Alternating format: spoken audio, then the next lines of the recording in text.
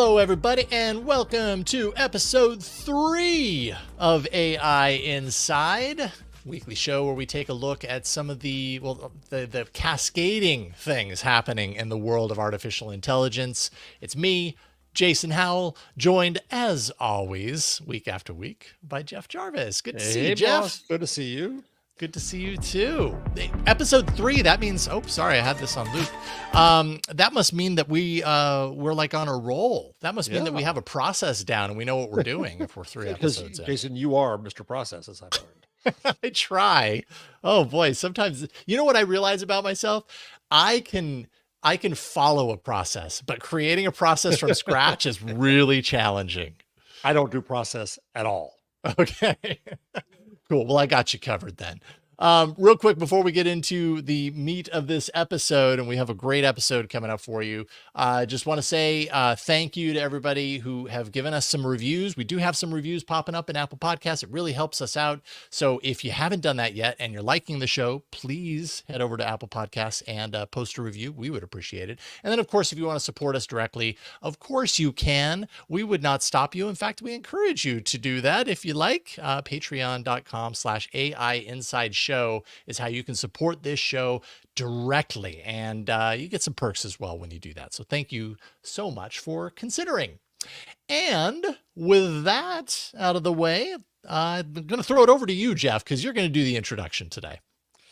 So why don't we bring in Nirit? So Nirit Weiss-Blatt is a wonderful scholar and researcher who I came across first when she was working on trying to understand when the attitude of media toward the internet changed, because we all knew it changed, and just trying to figure out what. And she did some wonderful research and came out with a book called Techlash. If you look at it, hardcover is very expensive because it's academic, but paperback and audiobook are more reasonable. And I recommend it highly. And Nirit found that there was a moment when media coverage shifted from optimistic to pessimistic, or utopian to dystopian. And that was, if I may quote, the election of Donald Trump. And so I've quoted her more than once in books and quote her often and dine out on her findings constantly. And so she does wonderful work on media and technology. And lately, she's become very interested, and I'm glad for this, in the crazy faux philosophies that drive some of the boys of AI. And so I thought it'd be great to have her on this show to talk about that. And so, Nirit, why don't you talk about how you shifted your attention, not just to AI, but to the crazy philosophies, if I may be so bold as to call them that, that drive some of the AI boys. What drew your attention to that? Yes, so my research is always about the coverage of emerging technologies. So with the Techlash, it was mainly social media, and the backlash was about the big tech companies.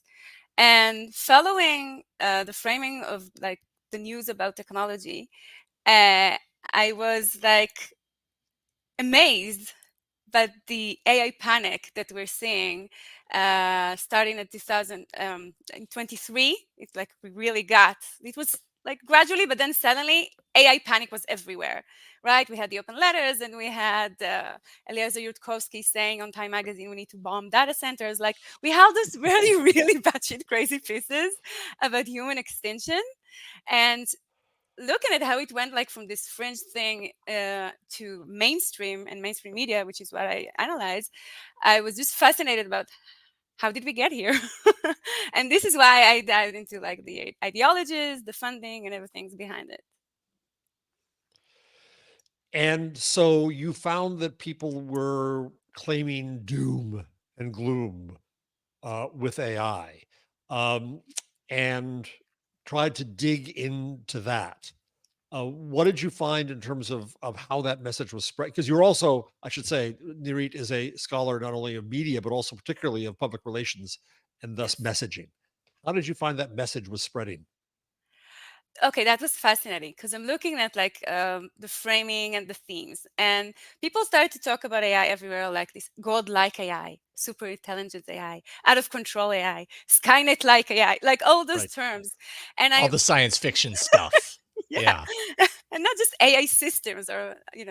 And then I came across some interesting studies that we can talk about. It's in my AI Panic Campaign 2 series expose, which you have like companies, AI safety organizations, that what they do is do like message testing about what are the best phrases to freak the hell out of you. Like what can work the best to create this fear mongering within like the media and policy making.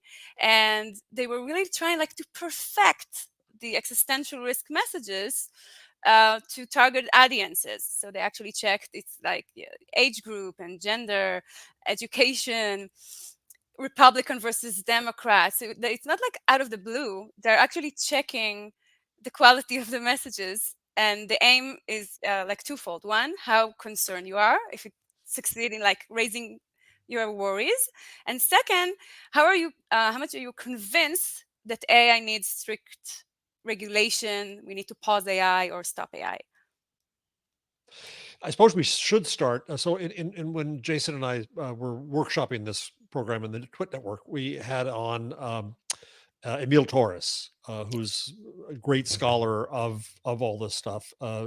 They and Timnit Gebru have done a lot of work and coined the acronym TESCREAL, and I always forget what it all stands for, but transhumanism, extopianism, something, or effective altruism and long termism. Yeah, right. So all of those singularitarianism. That's a I mouthful. forgot that one. Forgot that one. I always forget about one of the seven Yeah. dwarfs. Yeah. Mhm. So they've chronicled that, and what you've found, and so that's the underpinning of this belief by some that we owe the future more than we owe today. That if we screw up and destroy today, we've screwed up. Well, so what? We lost today, but tomorrow is what matters, and that's what bothers them. And they think that they should have the money and the power to determine what that tomorrow looks like, as technologists and as smart people and as rich people. But the doomerism is so confusing to people because it's oftentimes the AI people themselves who are saying, we are so powerful, we could destroy the world. And you'd wonder why they're doing that. And as you said once, I quoted this in my book. You said that what was it? That the fear is the marketing or something like that. Yeah. And that they're trying to show how powerful they are. And some of them, like Yatkowski, have switched and believes that, oh my God, we'll destroy the world, but still believes in the technology and wants to do it when we're ready. And so on and so on. So there's variance on this theme. So you found early on, you dug into something which I loved, which was a survey of AI scientists that in the headlines said that they believed that it could destroy us imminently. Why don't you talk about what that said and how you dug into that? Yeah, so it's the AI Impact Survey. It's an annual one. It became a ritual every year. We have the same headline about 5% scientists believe in human extinction. And last year, Professor Melanie Mitchell, which I admire, and I wrote like very detailed criticism of this survey because it has a lot of issues. And I can walk you through those issues. Mainly, it's like the question phrasing and the survey itself, the organization behind it, the funding behind it, and all of this that's actually missing. Because the headline, as you said, Jeff, is human extinction. But when you look at the actual question, and I could read it for our listeners, it's more like vague than that. So the question that we're talking about is what probability do you put on future AI advances causing human extinction or similarly permanent or severe disempowerment of the human species? Okay, so first question, what? Second, what does it even mean? Like the disempowerment of the human species. And like each person that you're gonna Seems like a ask, is gonna scale. have like a Right. different scenario there, like disempowerment of humans. Right. Okay, so the second question adds another layer, which is you need again to speculate about the probability, but now on human inability to control those AI systems and thus causing human extinction or disempowerment of human species. Now, in our criticism last year, Melanie and I wrote, among other stuff, when is this futuristic scenario is going to happen? Again, changes the answer, right? Is it going to be like 50 years, 200 years, 1,000 years, million years? I mean, we want to know. Next And week. yeah, Mm-hmm. maybe. So if you ask Eliezer Yudkowsky. And they added a third question. Again, same phrasing. AI system causing extinction or disempowerment of humans within the next 100 years. So at least, like, they listened to criticism and they added that. But the same inherent problems are there because the phrasing is still, as I said, very vague. What does it even mean? Can you tell me what does it even mean? Well, Jeff? yeah, that's kind of one of my questions. The disempowerment of humans, like there is so much wiggle room within a statement like that. Disempowerment, Exactly. how much to what degree, how what is the gravity of this disempowerment? Is it, the direct or indirect harm? I mean, there's a million different ways you could go about that. And was it their choice to be ambiguous about this, you think, or are they just trying to, like, I don't know, capture as much in the net as possible? I don't know what went through their mind, but they roll in the same thing every year and it's successful. So why stop? And it So let's keeps talk being about the numbers. criticized for this reason, No, and yet every they still do year, it. every year we have Yeah. the same headline. Yep. Right. Human extinction. You won't see any headline saying disempowerment of human species. No, of That's course sexy not. for a headline, right? Not So when you're competing with extinction. no, so the headlines are extinction. Yeah. When the question behind this long thing after that, so for them it's very successful. I understand why they keep doing it, and they keep getting funds to doing it because it's successful. So my larger point here is that when you quote AI impacts, you need to say who they are. And let me tell you who they are. So Katja Grace, who co-founded this place, came from Jeff Jarvis. It will be familiar for you. To you, Nick Bostrom's Future of Humane Institute.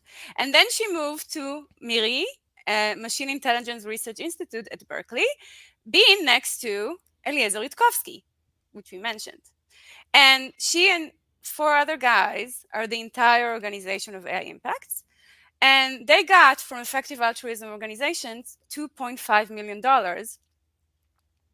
for this annual survey. Now, it's not me saying that. It's on their website, right? You Google AI Impact, you go into their website, and they actually say AI Impact based at the Machine Intelligence Research Institute at Berkeley, California, currently has 3 regular staff. I counted 5, but whatever. And their funding is clearly out there. You can see it's like publicly available data. It's Effective Altruism Fund. It's the Center for Effective Altruism. It's Open Philanthropy. It's Jan Talling from the Survival and Flourishing Fund, Future of Life Institute. And before it's bankrupt, also Sam Bankman-Fried, FTX Future Fund, was really enthusiastic about their survey and wanted to fund them. But, jail Other people's money and stuff. Yep. Yeah. So it's all out there. And if you are a tech reporter and you write, these are the results of the survey, you can add like a sentence or two. Who made this survey? Like phrased it so badly and analyzed it and pushed and created this misrepresentation in the media. There's something behind it, right? Mention it, please. I mean, I think the readers will appreciate it. So let's talk about how it was represented in the media, because this is what was most striking to me, and how you dug into this, you and Melanie both, where the headlines said, as I recall, that 50% of AI researchers believe there is at least a 10% chance that humans will become extinct because of their inability to control AI. Right? That was the top line, if I'm correct, headline that we saw all over. Half of AI researchers say 10% chance of doom. But when you dug into the numbers, I've got it in front of me if you don't have it on your head. How many people did the poll go to? How many answered? And how many? Can you break that down for us? Do you remember the numbers? Last year, it was 150. Out of how many it was sent to? The one that I have, was sent to 4,000 people. Only 700 responded. This is like 2 years ago, or the first one, Yes. perhaps. And then of those who did respond, only a fifth of them answered the extinction question. And then only half of them gave the possibility of extinction percentage merely at 10%. Okay, with so no this time frame. year they added more AI conferences. So they Uh-huh. have like 2,000 respondents out of 3,500, I think. Not specifically this question. This question was answered by like 600 people. I can look at the numbers. But the point is that also, like you say, AI scientists, the leading AI research believe X. The people who answered those surveys can be undergrads and grad students who sent their articles to this conference, to promote their BA or MA or whatever they're doing, not the leading AI researchers of the world. But again, that's another example of something that is like misrepresented.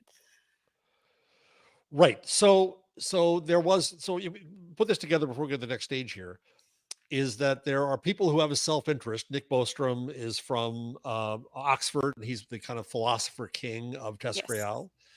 And these other folks who are very involved in this, they get a lot of money. They do this survey. They want to show how powerful they are and how power should be invested in them because they're the smart ones. So they want to show that, this could be doom. So watch out. If you're not nice to us, we could destroy the earth, but we won't. You know Right? what the funny thing is, Jeff? Mhm. That even in their own results, they're such a small percentage of minority. And I put a screenshot on Twitter. So they have this table when they ask, like, overall, looking at future AI system, is it going to be good or bad?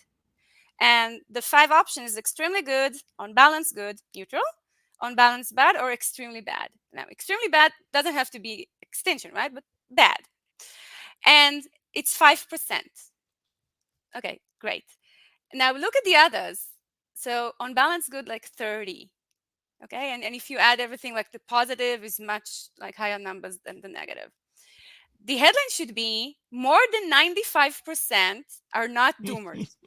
Right? Like Right. that's Right. this is my read of this thing. Because even So like the true. 5% that are extremely bad are not doomers, right? Not all of them I think about extinction. Just things that can go terribly bad. And yet it is like, as I said, they are celebrating. It's like, oh, a lot of people are doomers like us. Yeah. Yeah. Yeah. Well, it fits in with your Techlash research that shows there is an incoming desire to present technology as dangerous and bad. And so taking the smallest amount here and making that the headline fits that narrative in media and fits the PR strategy of the TestGreal folks. Yeah, and it works Right? because people don't remember that it's 5%. They just remember the Mhm. headlines of how many are worried about doom. At the end of the day, it's so you're saying there's a chance. I don't know if you remember that reference, but really at the end of the day, like it's so far overblown, or rather expanded into this major kind of statement on the health of AI and the potential, the impact that it might possibly have. But the numbers, yeah, that's a really it's a really interesting graph to take a look at. And I think the question that comes up for me, maybe it has to do with the state of journalism and where we're at with reporting on these things. Like I can understand that there are people who, whether they want to admit it or not, fall into the doomer category, the TestGreal, whatever you want to call it. And then there are the people that are reporting on this. Is it that the people that are reporting on this are so afraid of the potential bad things that could happen that that's highlighted? Or is there something else? Or is it just that they know that reporting on this gets more people to read? Like, I guess I'm trying to figure out, like, I feel like this is the responsibility of responsible journalism to point these things out. And yet that doesn't happen. Why is that? Well, there's a saying in journalism, if it bleeds, it leads. Yeah. So again, you only see headlines about extinction because it's worrisome. Jeff might say clickbait. People want to read those doom things. That's like your instinct, like as a person, you want to read about it. It's interesting, Guess and so. it drives more readership, but uninformed readership than let's say like a nuance or a different headline, as we suggested. But okay, let's say we pass the headlines. It's a different topic. Inside of the articles, like first paragraph, second, something. Put the background, put the context, like just mention when you say, I have 3 organizations here, AI Impact, Epoch, and Forecasting Research Institute. That was Time Magazine. And we asked all 3 organizations about when might AI outsmart us. Just perhaps mention that those 3 organizations are existential risk organizations funded by Open Philanthropy. It's again publicly available data, and say, oh, the trio got 16 millions to promote existential risk ideology. And then put like the rest of the 1,000 words about what they have to say. But just give the context. Mm-hmm. That is the And failure also, here. Yeah. and call you or Margaret Mitchell or Melanie or Timnit Gebru or any of these folks to get some perspective on this. Jason, I also, in my next book, The Web We Weave, coming out this fall, in which I quote Nirit more than once, I posit, I'm not a conspiracy theorist, but I do think that news people have a perspective that they also don't disclose. They have come to see the internet as competition. They think that it stole their audience and their attention and their advertisers and their money, none of which I buy because it's just simply competition in the world. But they are resentful now. And the story they want to tell is this internet thing is bad. How many times do you see stories in newspapers these days about how you can turn off your iPhone, or how the reporter spent a week without an iPhone and how wonderful that is, when in fact a third of people are giving up news instead. So there is a conflict of interest here, I think, in the media narrative that is willfully painting the internet as nothing but bad. And there's bad on it. Sure, it's a human enterprise. There's good and bad. But I think that's where it goes. And now we're seeing this whole, what's fascinating to me is that I watched Nirit report on that when it came to social media, as you said earlier, but the story is repeating itself, amplified now. Would you say that is the case, Nirit? Yeah, a lot of people pivoted, like think of Tristan Harris. Yes. So they've pivoted from social media is going to ruin society to AI is going to ruin society. Same thing, same issues, just different technology. So talk about the system behind the scenes now that building this. You're a scholar of PR. You understand how PR operates. They seem to be doing a pretty good job of using this money well. What's that behind the scenes structure look like in getting this message across? Yes, I recently call it the well-oiled X-risk machine. And what's in that machine is a lot of money, which I showed in the AI Panic newsletter. So there's this whole ecosystem of they call themselves AI safety organizations. They focus on existential risk, human extinction from AI, and they got over the years $500 million. And some of them are focused on AI policy, regulation. Some of them are about the communication side. Some of them like applied research and what they call AI alignments to align a future AI system with human interests, whatever they may be. And like it's this whole ecosystem. And interestingly, as I said, they're like shaping the messaging to what works best. So they see, let's say, what Stuart Russell, Oleg Rutkowski, all the others wrote in the media. They analyze and do surveys and see if it works. As I said, twofold: make you more concerned and more willing to put strict regulation. And it's like it works. We're seeing it works perfectly because through the media it goes like and through lobbying, a lot of lobbying, it goes through to into politicians' talking point. So this is where you see the end result of this machine, because then you can see the EU talking about AI being as risky as pandemics and nuclear weapon, which is like exact copy paste of the Center for AI Safety open letter about it, exact same words. And like the UK and the AI Act that we saw and regulation here, even in the US, are increasingly talking about frontier, models and existential risk, and putting those very, very strict things that those organization advocate for. So you can see in their reports that they send to places like the EU, they need to first like create the fear, which then justify what they're asking for from regulators, from policymakers. Please surveil software. Please limit GPUs. Please criminalize development of AI systems. So it doesn't come out of the blue. It needs to have like this ground of extreme fear of extension for that to be receptive at the end of the policymakers. So you can see this chain starting with the messages that we analyze, but then lobbying and actual like meeting with politicians. Tell us about some of these organizations. You've mentioned them before, but one you focused on, I think, is Open Philanthropy. What do you know It's about them? by far the biggest one. So they are the biggest funders of this whole ecosystem of AI existential risk. They call it AI existential safety again. And they poured more than $330 million into it. And this is where it gets tricky, because when I'm looking at data sets like openbook.fyi, and there's this Vipulniak donation list website, the tag of AI safety can show you the amount of money those organizations are getting, like Future of Life Institute, Center for AI Safety, and all these guys.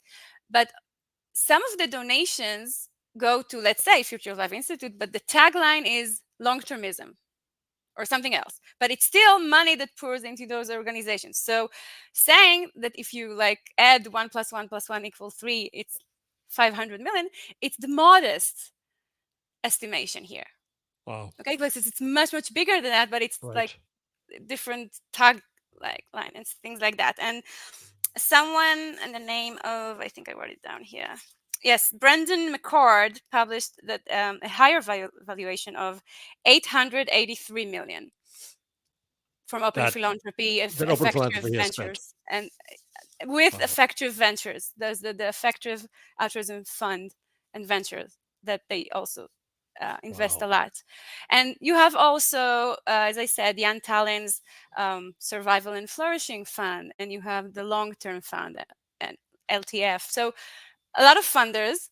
And then you have like all these groups that they fund. So what I left is there's this map that someone made, and I linked to the guy who made it, that maps all the organizations that get money from Open Philanthropy and the others to advance the X-risk ideology. And it's have like the policy guys, the media guys, the ones who doing research, whatever. And it looks like islands and, you know, something in the sea and a valley. So it's actual map. And it's illustrating the islands and the places. And in there, you have like the organizations, their logo, a link to their website, and one line of description. And when you see that map, and this is why I put it in my newsletter, it's like open your eyes about like the magnitude of this thing that like just becomes so much bigger now with all this funding, and it grows every minute. So there's a reporter at the Washington Post named Natasha Tiku, and she wrote a story I did not like some time ago when Blake Lemoine, who was still then at Google, determined that Google's large language model was sentient. You probably all remember that story, and that spread all around very quickly. And I thought that it just took it on credulously and didn't do the kind of reporting we needed. And I didn't like that story. However, Natasha Tiku did another story more recently that I did like, where she actually quoted Timnit Gebru about how the Open Philanthropy Foundation is funding clubs and classes and fellowships for students Yes. at Stanford, MIT, Harvard, Georgia Tech, Georgetown, Columbia, NYU, because they're trying to, I'll use loaded language here, brainwash young students and using these universities. Because university, I know from one, you want to give me money? Sure, I'll take your money. I'll do this. It all sounds good. It sounds like it's about AI safety. It sounds perfect. But what they're really doing is using these institutions, the schools themselves and the institutions within them, classes and clubs and so on, and fellowships, to spread these doomer ideas, these X-risk ideas for the next generation of scientists and leaders. And that sobered me a lot, thinking that they've got a major strategy here. Meanwhile, you did some reporting some time ago on the Existential Risk Observatory. Don't you love these names? Yes. That how they were testing the messaging. They're using marketing techniques to test the messaging. Do you remember? Can you talk about that for a second? Yes. So I came across one of their studies and then I went like down the rabbit hole of all the other studies. It's just because, again, I'm Googling things like God like AI and I'm looking for the phrases. So they doing those surveys, as I said, where they test, okay, these are like the narratives and headlines that we successfully put in the media, and let's ask people what are their thoughts about it, if they're convinced. So they ask them about their worries before and then after, like every test, and then they check what worked best. And some of the things that I found very amusing, it was not done by the observatory, but by Campaign for AI Safety, which I call the Campaign for AI Panic. And in there, there's this guy who uses market research startup that uses AI to do research against AI, which I find hilarious. And in there, he's checking, okay, so if I'm saying that it's out of control, is it works better than say that it's super intelligence? And if I like, they really like testing the actual words, and then they analyze, as I said, if it's a female versus man, it's age, and Republican versus Democrats, etc. So for me, it was really, as I said, eye-opening to see how hard they work on their messages, and then they share it on places like the Effective Altruism Forum, so all the organizations can read it, learn from it, and implement it in their advocacy later to policymakers. So that's like the important route that I think people should take with them and understand that's going on. So I'm looking at my manuscript and I listed them. You've talked about a lot of them already, but if you just put all these names together, you have the Future of Humanity Institute, which is Bostrom's, the Future of Life Institute, which was the source of the moratorium letter, the Center for AI Safety, which issued the next letter, the Center for the Study of Existential Risk, which Musk helped fund, the Global Priorities Institute, the Center for Security and Emerging Technologies, the Center for Effective Altruism, and the Forethought Foundation for Global Priorities Research, run by Bostrom's partner at Oxford, William McCaskill. It's like they hired a naming company to come up with all that. Or right? they tried ChatGPT. Right. Yeah. They didn't do this work. They knew better than to spend that time doing this work. Please offer 100 variations of AI safety orgs. Boom. Yeah. 5 seconds later. And There you what go. makes me funny is sometimes they're like saying our organization its entire purpose is to prevent extinction from AI and to make sure human species is flourishing among the stars. And I'm like, really? Yeah. And then they get $100 million. So I guess, it works. So I don't know. Yeah, apparently something's working. So I have a question around all this that keeps bubbling up for me when we talk about these things, as we have a lot in the last, I'd say, half year, Jeff Jarvis, at least, that the conversations on, the betas of this show and This Week in Google and everything, as much as we have, is that it's like, I understand the machinery behind a lot of what we're talking about, is highly flawed. X risk, effective altruism, the funding that goes into it, all these ideologies that have some sort of a purpose or some sort of a driving point and a destination in mind in kind of cultivating the fear around artificial intelligence. But if we were to remove all of that entirely and say those things don't exist, yet artificial intelligence still does, I think that there still would be remaining in some people's minds some sort of concern about this technology, because it's the fear of the unknown. It's this thing that they don't know about. It's this thing that's capable of doing something that they didn't think was capable before. And if that's the truth, then what does that mean? How can these kinds of concerns be explored in a responsible way and take them seriously without buying Great into question, something Jason. bigger. You know what I mean? Because that fear will exist. It's going to exist. There's too many people on this planet to expect that they're all going to kind of see through these things and immediately understand that there is no fear, or there is no need to be fearful of it or risk maybe at the end of the day. But how do we do that? Jeff, I don't know if you have the answer. No, no, this is yours, Nirit. You're the expert. You take it. So my angle, my smallest niche is the tech journalism part of the puzzle, right? This is what I'm looking at for the past 20 years. And as you said, responsible journalism. They need to do the work, and I always lecture about it. To put, as you said, okay, if you're going to put AI impact, maybe invite Melanie Mitchell to, like give her quote in there. So just balance those fears with other rational experts. Mm-hmm. And just give room to other voices, because those doomers became media heroes. They were like the stars, like everywhere. And they had their time. I get it. People were afraid, as you said, of the capabilities, and freaked out. I mean, yeah, it's a jump in capability. We can see that it's more capable than we thought. And it created this like snowball of panic. But then you need to have people that we say, this is what we should expect, and this is maybe the harms that we need to deal right now, and just balance it. Are you getting? Am I naive?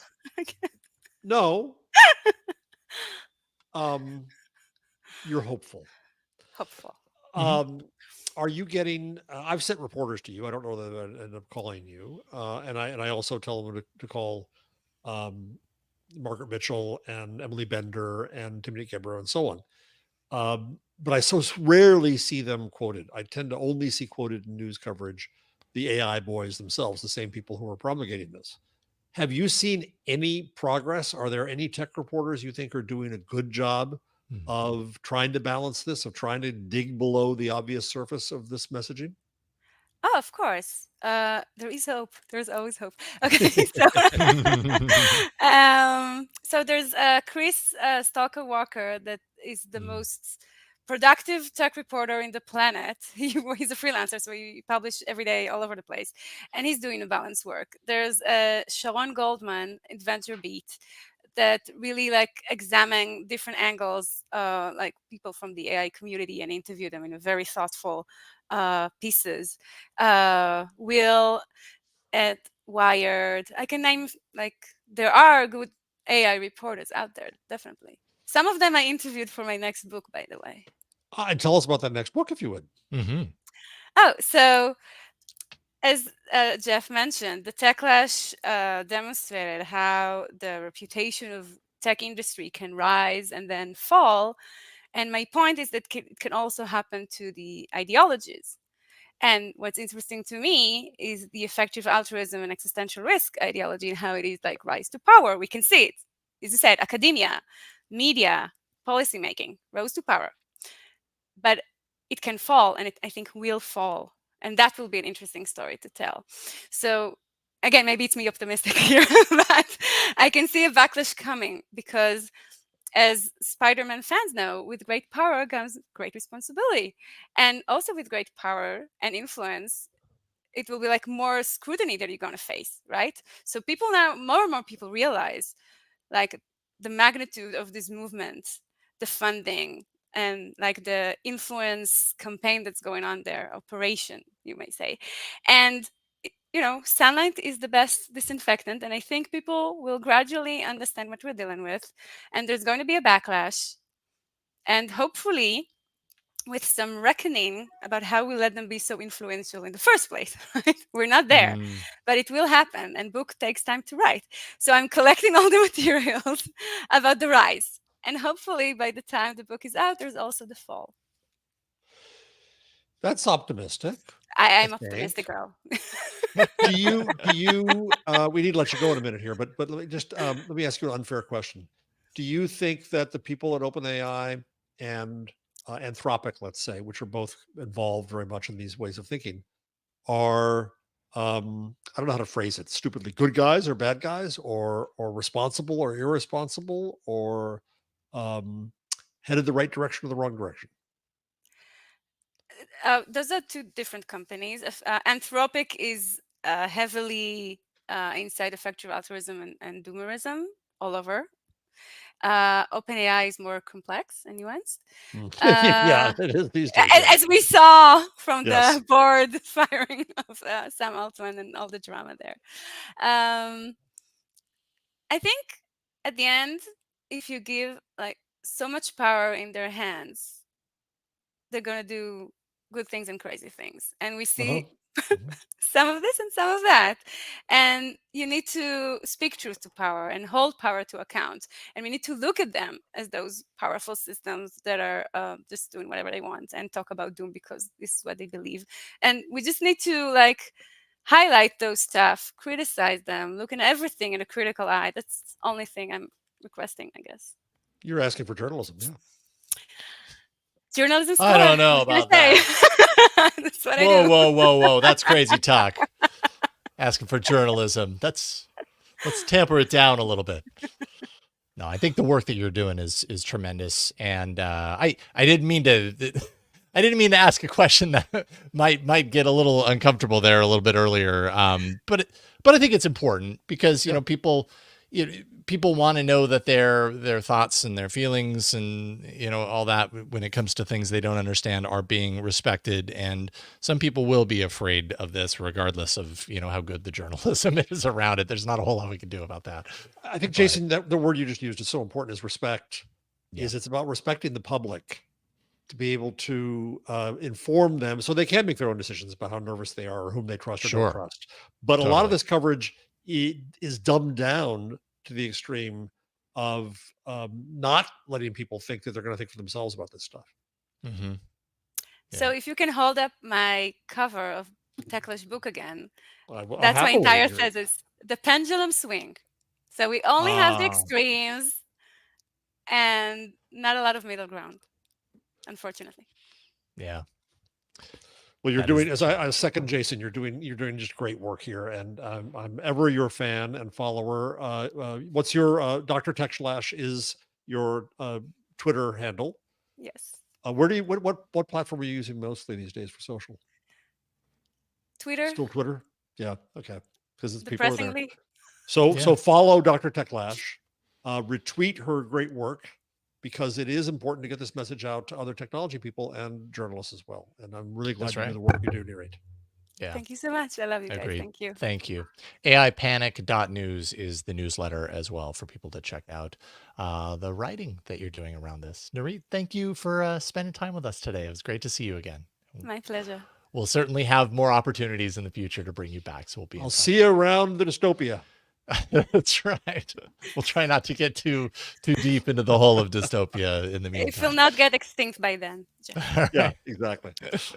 All right. Take care, Nirit. We'll see you soon. Thank you Bye-bye. again. All right. Excellent stuff. So, Jeff, we got a couple of really interesting news items here at the end. And we do. Yeah, let's dive right in here. You actually put this first one in. I hadn't seen this article, but I think this is fascinating. Tell us a little bit about it. So, I mean, I put this in here because Nirit was going to be on, where what we were talking about in great measure in that whole interview was what young, often dropout, but not always, white men technologists are doing. And it's not universal. Let's be clear about it. It's a certain number. Benedict Evans gets mad at me when I talk about this. It's not everybody. It doesn't represent the whole world. Absolutely true. I think what we just talked about does not represent the majority of Silicon Valley. In fact, that's Nirit's point, is that stupid survey showed only a small number buy into this stuff. So we got to keep that in mind. But having said that, it is still dominated, as is much of the internet and much of Silicon Valley, by white men. And so Semaphore, our friend Reed Albergati, just did a story about Meta, how they're bucking AI trends, including that of the boys club. And I think we've seen that Jan LeCun, who I'd love to get on the show at some point, if he's awfully big for us, but he's on my list. My moonshot list AI at Meta, and he's pushing the gospel of open source around AI. But the other thing that Meta has done, which I didn't fully realize, is how a lot of the leaders of AI at Meta are women. And thank goodness.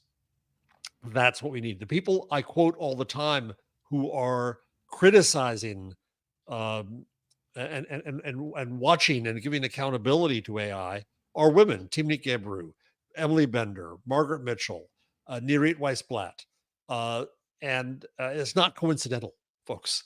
And so I think it's really important for Meta to be really thinking about that in its own organization. So I was really glad to see that for example, the Fundamental AI Research Lab, which was responsible for Llama, the open source model, is made up largely of women. Around 60% of its leadership team, Reed reports, are women. And some reporting chains, according to interviews with people inside the organizations, are female top to bottom.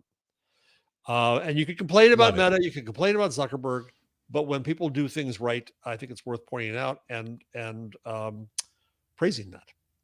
Absolutely. I completely agree. This is and I don't know what it says about me that I found it surprising to read in relationship with Meta. And maybe that's just because I've been hit over the head over so many years of, the kind of narrative that Meta is, Meta / Facebook doing all sorts of wrong for everything in this world and technology, blah, blah, blah. But I have a large amount of respect for the fact that this is how they're driving their AI efforts. They're going the open source route. They're where their competitors are really kind of clamping down and controlling so much of their products. Meta seems to be kind of embracing the open source direction. They're ensuring, obviously, because I don't know, maybe it just happened to be this way, but I think that it's important that Meta commits to bringing in these perspectives and the perspectives of women. And I think that will improve their product, just from the angle of bringing in, perspectives that aren't represented in a lot of the other products that are driven largely by males. You make me think, Jason. I wrote an op-ed in the Star Ledger and NJ.com here in New Jersey. The Bell Labs, which is in Murray Hill, New Jersey, which is an amazing facility, is soon going to be empty because Nokia, which now owns it, is moving to new facilities. And as you talk, Jason, it made me think that back in the day, Bell Labs did phenomenal work. We wouldn't have the internet without Bell Labs and the work it's done on Unix and on lasers and on communications networks and chips and so on. But it was owned by AT&T, which we all hated. Everybody hated Ma Bell, right? It was a horrible company in the day, and we got a little bit of schadenfreude when it was broken up, but it supported tremendous open research. And so think whatever you will of Meta, they bring in if they're bringing in smart people to work in this area in a way that is more diverse and open, then I say that deserves some applause. Absolutely. It certainly deserves, to have a light shown on it, to act, I think, as an example for others who are, kind of in this space and not doing that. I think it's really important for the product and important for the industry as a whole, not just the product. So that's great. Speaking of good things that Meta's doing, you put another story in the rundown. Yeah. So let's see here if I can present not that we're becoming, purely Meta fans here, but no, but when I'm looking for news, I'm always just kind of waiting for the thing that jumps out at me that I'm like, oh, okay, this is interesting. So this is kind of a two-parter, and it has to do with identifying and labeling AI generated content, which seems to be kind of picking up steam right now. There've been a lot of talk over the last year about the need for things like this, to make it clearer to people who are online, witnessing in front of them some sort of generated content, to put rules in place, at least when they're adhered to. That's the problem, is that, none of them are going to be 100% effective, but at least put them in place enough that maybe it's strange when you don't see something like this. And what am I talking about? Meta is committing to detecting and labeling AI generated content on all of its platforms. So that's Facebook, Instagram, Threads.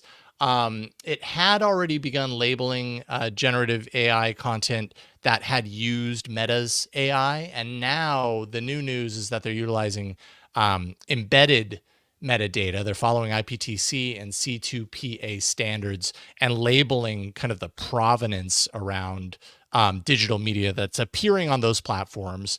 And this applies specifically to generative AI content that's created outside of Meta's AI. So that's kind of the new news here. And, it kind of seems like another aspect, another avenue where Meta is, I mean, I guess the rose tinted goggles view of this would be that Meta is looking at this as a way to get the rest of the industry to kind of buy into the practice. I'm sure there are some real self-serving motivations behind this. Because Meta has been, dragged out in recent years about, about spreading, content that is meant to misinform and stuff like that. And so maybe this is kind of a reaction, a rebound from that. But I don't see it at all as a bad thing. Once again, it's just kind of like, okay, I think that there should be more of this. And if a company as large as Meta is willing to kind of make this commitment, and we'll see how it plays out over time, but if they're willing to make this commitment publicly and call on others in the industry to do it, like, I'm for that. I think we need more clarity around this stuff. And if Meta's the one to kind of drive that home, then great. I don't know, how do you feel let's about be it? clear. It's no panacea. Bad guys will get around it. They'll Right, find ways exactly, to totally. either get rid of the metadata or probably fake the metadata. God knows what they'll invent. Right. People will still get fooled. People can still be stupid and shouldn't give money to people who call them on the phone or put in odd things in social media. So it's not going to fix everything, but it is, as you say, it's the right attitude and a right precedent to set, I think. Mm-hmm. Yeah, and the other part of this story is, at least the two that seem to kind of line up together on the same day, is that OpenAI is adding this metadata to its DALL-E 3 content. They're going to have the invisible metadata component kind of behind the scenes, and then a visible CR symbol in the top left corner of every image that's generated. And what I'm interested in is, okay, so if I'm using DALL-E 3, and I don't know if you can even see this. Let me see if I can zoom in on it. But you can kind of see, if you're watching the video version, you can see this little overlay. And I think this is kind of part of it, right? This is the overlay stamp that is meant to be a visual indicator for me as a visitor or as a user of these systems to go, oh, okay, this was generated. Does this mean that all images on DALL-E 3? Because then you're not going to use it and you're going to right, crop it out. People are going to have to crop it out. Yeah, so it's interesting. I don't know if it's, if this is the solution. What we're looking at right here is all images, once this goes into effect, which I think is still a week away, if I'm not mistaken. If this is what we start to see from all image generators, like, I don't know if that solves the problem. Like, I get it, and I support the need for something like this, but I mean, people are just going to start cropping that stuff out. There was a friend of mine in the photography world in New York was trying to push something he called 4 corners, which was metadata could be added invisibly to all photos. But what it required to take off was that all browser makers would then recognize the format so that you could pull it up visibly. Right. And the odds of making that happen and getting a W3C standard very, very, very hard. But it's pretty much the same. Maybe that will also push this. If all images were expected to have some metadata of provenance, that'd be a good thing all over, not just AI, everything. It'd be a wonderful thing. Google only recently added in the ability for image search that you could see the first instance of an image, which would be very helpful for disinformation research and so on and so forth. Yeah. So I think that this will be insufficient in AI. It'll have its problems in AI, but if that pushes a larger discussion about metadata and provenance, I think that'd be a great thing. Yeah. Yeah, absolutely agree. I think that's going to be the really big challenge in any of this, right? Is getting everybody to play the same game together. Yeah. Everybody's going to have a really great idea about, how to solve this, and everybody probably wants their solution to be the best way. So hopefully, this kind of industry kind of collective effort to, support the, I'm suddenly blanking, the C2PA standards. Oh yes. I'm surprised that didn't just roll off your tongue. Yeah. I'm learning. As we said in episode 1, we're learning as we go. So every episode is jargon. Is a chance to learn the jargon. Yeah, I almost thought about like making a book, like just a little self-reference book that has all these things, so I can flip to it and whatever it takes, I suppose. This last one, I'm surprised I didn't pick out because I love all the weird, This is one of the great kooky, things about doing generative this AI podcast, stuff. is I can come up with something and then I say to Jason, "You demonstrate it," because I don't. I'll screw it up. So this is one of those. Go ahead, Jason. Yeah, no, well, you pointed out that Google launched image effects, and this is through their what is it called? The AI test kitchen. That's right. Test kitchen, right. And I realized, like, I've had access to music effects. I think this came out, I don't know, I can't remember, a couple of months ago, and I had applied and eventually I got in. They also have their text effects, which I think on the Twit version of this show, as we were, testing it in Club Twit, I think maybe we played around with this a little bit. The text effects is where you can write something and then you can kind of challenge your output by all these different modes and everything. So Google's trying to do some really kind of creative things with generative AI. Generative AI is already pretty creative. Google's trying to approach it through a different lens. And so this is actually really interesting. I'm not going to try and get creative here. And I apologize for audio listeners. If you want to check out the video of what we're doing, just go to yellowgoldstudios.com. That'll take you to the YouTube page where this video is posted. But they give you in this field in the interface through the web kind of a sample start. And I'm just going to tab to accept that. Photorealistic woman wearing elaborate earrings, front lit, comma, full body portrait, comma, hyper realistic. And I have the ability to generate an image through image effects based on the prompt that it gave me. I didn't write that off the top of my head. So I went ahead and hit that, and it's optimizing the prompt. What it does is it calls out these different opportunities to hone and try something. What's funny, this is actually really funny now that I'm looking at it. I used the prompt they gave me, yet down at the bottom it said this prompt goes against our term of service. But that was the one that Google gave me. So Google, I don't know. So I'll give you another one that I did. Older professor with white hair and beard, author photo in front of books. Author photo, comma, in front of books.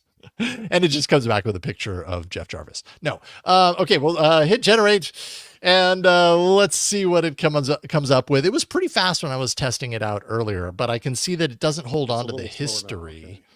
So it takes all those opportunities. Number one, let's point out it's for white men, presumed white man. Yes, it did do that. Absolutely. And a presumed man. We didn't. Yeah. Well, I guess beard made it. Okay, that's okay. You're off on that one. Image FX. Yeah.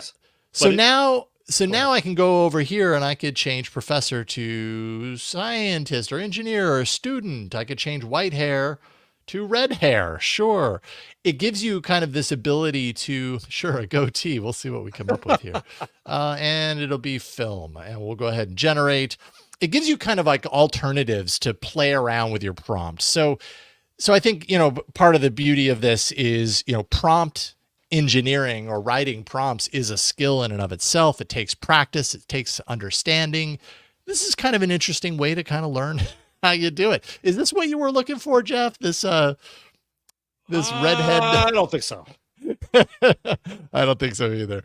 But anyways, it's just kind of an interesting approach to, generative. What fascinates me about it too, Jason, is besides the fact that the images are neat looking and that it's a way to teach people how to prompt, to make them understand how you have options here. Last week when we had Sven Sturmer Taulau on from Schibsted, he told us that, which is I thought was a great episode, and for anybody, especially in the news business, I recommend watching it highly. You can find it at aiinside.show. Mm-hmm. But Sven said that Schibsted, this media giant in Scandinavia, has already trained 1,000 people on prompting. And the fact that they have a training and B, are taking all kinds of people through it says that and Benedict Evans has talked about this lately, whom I quote often, that the thing about ChatGPT is that asking questions is not the normal structure that we have. We don't sit down and say, I've got a bunch of data, let me query it. We don't do that. Mm-hmm. Right? We analyze it, we organize it, we do other things, but querying it, prompting it to do something is not a reflexive skill that we have. It might become that if we like it so much and we do it so often, but right now it's not. So that's what fascinates me about this is it tries to get you in the mind of saying, hello, you have choices. Try some different things. Yeah, it's interesting because I remember, the last year-ish since ChatGPT first came out, and I was interested in exploring what I was hearing about. But I was reluctant to do it because I was like, do I really want to open that can of worms and start to like learn this new language, this new approach? I'm sure it's not as easy as everybody says it is. And for whatever reason, I dragged my feet. And what turned me around was a conversation I had with Micah Sargent, who, is at Twit, one of my hosts at Twit at the time. And he had shown me a prompt that he had written with ChatGPT to solve some issue. He was like, hey, check out how I'm using ChatGPT to do this thing. I can't even remember what it was. But when I read his prompt, it like suddenly it snapped in my brain that like, oh, wait a minute. I should pretend like I'm telling a friend of mine a story about this thing, or you know what I mean? Like my thought was that I had to like get in there and learn how to talk to a machine. And instead I started thinking, for better or for worse, about how would I tell a person if I wanted to give a person really precise instructions or insight into what I'm looking for. How would I do that? And once I started doing that, once I was able to kind of reprogram that part of my brain, I started to get, it lowered the kind of like intimidation that I had about working with these systems.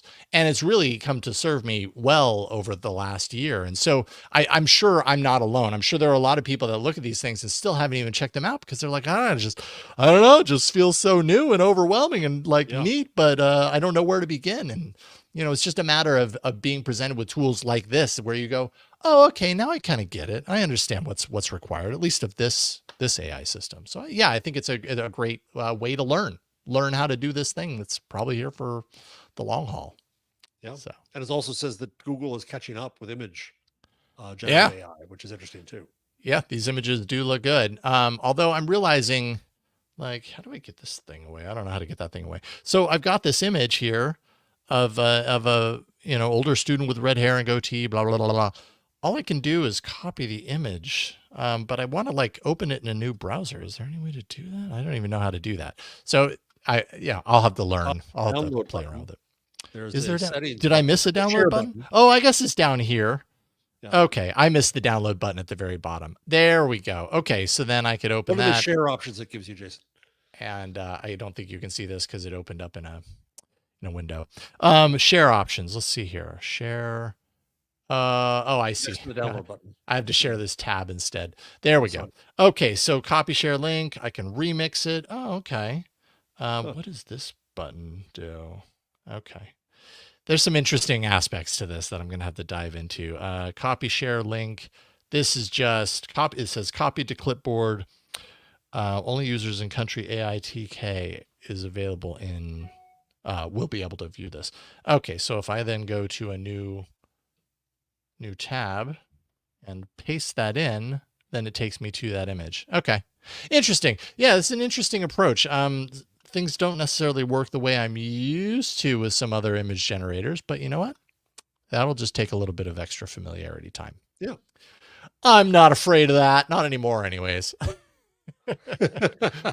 All right. Well, thank you, Jeff. These were some great stories. I'm always happy that we get to kind of talk a little bit about the newsy stuff at the end of the episode because it's fun to kind of see how things are progressing.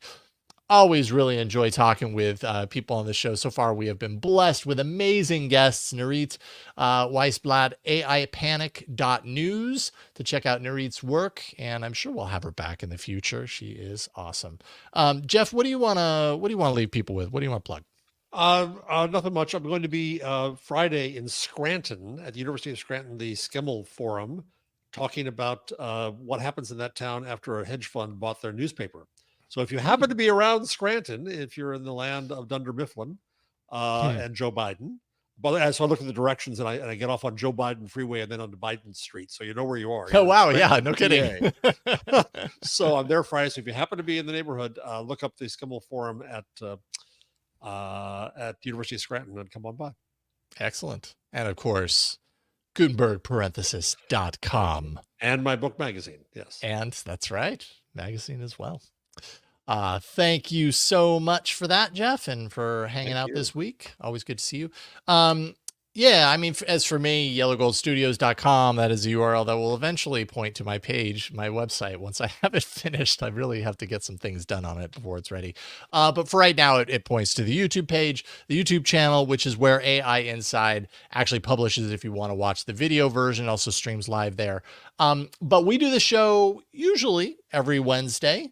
We normally record at 11 a.m. Pacific, 2 p.m. Eastern. So if you go to that YouTube channel, you can watch it live, as many people were in the channel today chatting with us behind the scenes. Just search for @YellowGoldStudios on YouTube or Twitch, and you can find that. And then, of course, as far as this show is concerned, AIinside.show. That's how you can subscribe. We have the RSS presented there, as well as all the episodes, all the different information that you need there. Support us directly, like I mentioned earlier. You can do that via Patreon. It is patron supported, and you do get special perks if you do that. So patreon.com/AIinsideshow, and just search for AI Inside Show on all the major socials. You'll find us there. And very last thing I'll mention is contact at AIinside.show. We are hearing from some of you, and apparently you guys are liking the show. So we appreciate you watching. We appreciate you listening and sticking with us as we continue on with the AI Inside journey. It's great to have you on board, and we'll see you next time, next week on AI Inside. Bye, everybody.